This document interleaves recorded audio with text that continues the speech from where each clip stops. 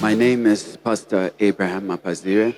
I'm from Melbourne, Australia, and I'm here to testify of the goodness of the Lord. In 2013, we started our ministry, Liberty Arena Church, and over the years, we were praying, preaching the gospel, but we were not seeing any growth and any progress. As is anything that starts, the assumption was we would start small, and over time, we would gain momentum and grow. But it got to a point where we started realizing that there was something that was amiss because the ministry was not growing. It didn't help because around 2021, 22, there was also the COVID that happened. And so churches had to shut down. We couldn't meet to pray together. And after that, we resumed and we leased a building where we were now meeting together. The place that we went to lease was way bigger than the number of people that were in the church. Originally, our numbers would vary around 20 to 25. If it was a big Sunday, we would probably have 30 members that would come to the church. And so at that time, I got so frustrated. I felt tired. I was asking God, what is it really that is going wrong? Have you really called me? Am I forcing this? Should I be doing something else? I was even contemplating going back to my secular job because I had experience working as an accountant. I had my bachelor's degree in finance and quantitative econometrics. I had also been enrolled in a master's degree in applied finance, and I was a member of the Chartered Institute of Accountants in Australia. So at this point, I was thinking, God, is this really for me, or should I go back to my job? I would come to church, we were helping people. In fact, people would even tell us that you preach so well, and we love the way you preach. We would help people, pray for them, they were delivered, but then they would go and they would never come back. And I was asking God, what is it that is going on really? I don't know. Up until I started crying out to God. And I remember at that time, I had a very interesting dream that stood out for me. I saw myself back at the school where I went in primary school. And as we were at primary school, there was a graduation ceremony that was happening there. And it's as if everybody that wanted to go to high school, they had to go through that graduation ceremony. And lo and behold, the person that was conducting that graduation ceremony was Prophet Samuel Kakande. People of God, I had only heard about Prophet Samuel Kakande and the Kakande Ministries. I had never been here my entire life. I had seen one or two video clips on Facebook and on YouTube and was quite intrigued, but I had never really given or committed to actually following the Kakande Ministries. When this revelation came, I knew exactly what God was saying. But in my heart, I was thinking, I am a pastor. Shall I be seen also being prayed for by another pastor? If you are a pastor, you understand what I'm saying. I did not want to be seen by my members being also prayed for and helped. But deep down in my heart, I knew that if I don't lower myself, my life is also going to remain down. So I decided, I told my wife, and I said, it is time for me to make a conscious decision. It's either we remain the way things are, or I travel to the Kakande ministry. If I go and nothing happens, I lose nothing. But if I don't go, I will never know what could have happened. And so I called the church office, and the church office was very helpful. They helped me on how to organize my logistics, and I applied for my visa with the embassy. The visa was very speedy. It came out, and I flew, I bought my ticket, and I came to the Kakande Ministries. When I came here and I arrived, we went through the registration process that was very smooth. On that day, I remember the atmosphere was just electric. Prophet came in, he gave us a very simple word. And in my heart, I was already feeling revived before he had even prayed for us. And as Prophet was praying for people of God, I felt like the Bible was coming alive again. Inside of my heart, I was feeling the passion, the desire that I felt the first time I wanted to do the work of God. And by the time the Prophet came to me, he touched me once. Boom, I fell down. By the way, I had never fallen down my entire life. They picked me up again. Boom, Prophet hit me. I fell down again. But I knew that as I was falling down, all of my problems were falling down. And a new man was arising. When we left the prayer line, I went back to the hotel. I was sleeping. I slept so well that night. And I remember we had the international visitors service, and then it was time for me to go back to Australia. I remember talking to my wife, and she asked me, "So did the Prophet prophesy to you?"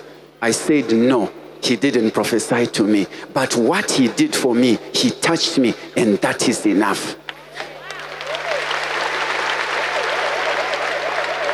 So when I went back to Australia, people of God, I don't know how to explain it, but it is as if there was a fresh wind that was blowing in the ministry. We started seeing growth. The numbers started increasing. We started seeing miracles happen in the church.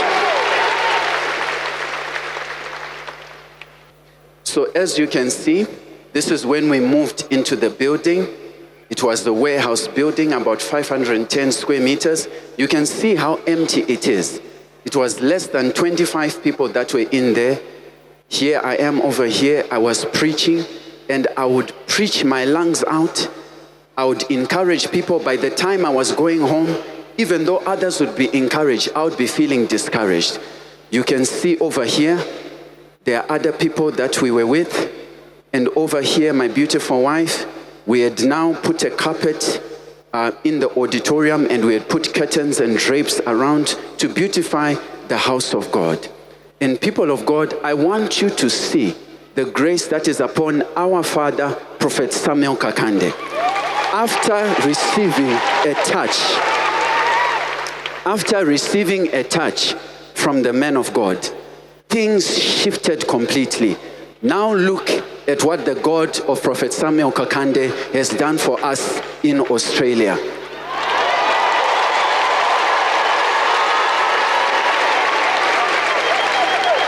Our problem now is not that there are not enough people. Our problem is we can no longer fit in the building in which we were. From having an average number of 25 people, when we are having events, we are averaging around over 300 people. You can see, this is our overflow area. This was when we moved into the building, because you know Australia, they love coffee and they love tea. This was supposed to be our coffee area. But instead, we had to remove all of those things, and now it has become our overflow area. So as you can see, this was one of the events that we were having. The overflow area ended up having an overflow. So we had to put a tent outside, and even the overflow tent that had an overflow now had an overflow. So as you can see, the tent that is over here, and this is me here ministering under the grace of our father, Prophet Samuel Kakande, to the people in the tent. All glory belongs to Jesus Christ.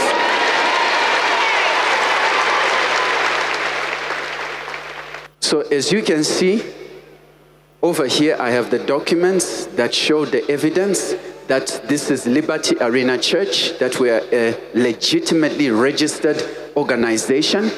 And you can see our company number and our ABN number. And we are also here with the Charities Commission. We are officially registered, and our reporting is up to date.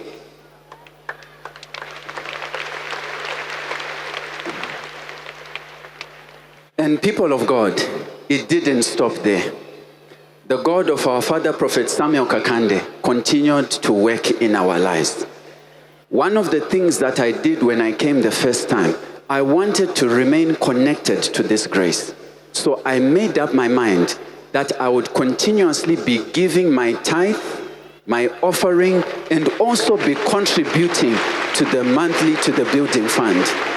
So from the time that I came in 2023, up until now, I have never missed my tithe, I don't miss my building contribution, and I don't miss my offering.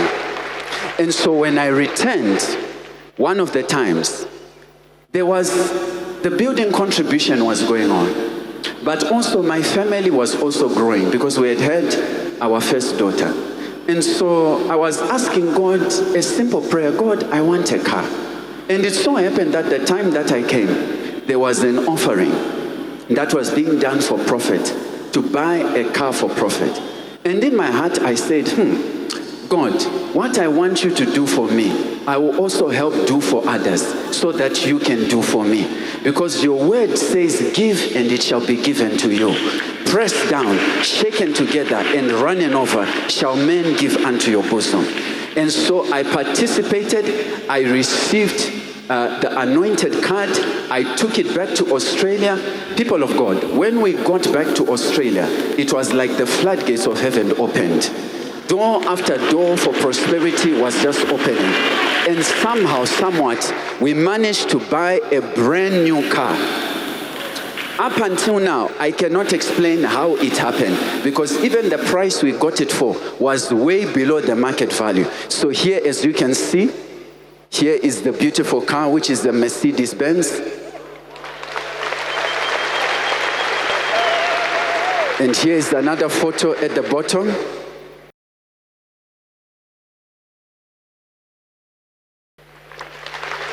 And here is my beautiful wife with our baby girl. And they were standing in front of the car. And also the receipt and the invoice that shows the purchase of the car, that we purchased the car on that date.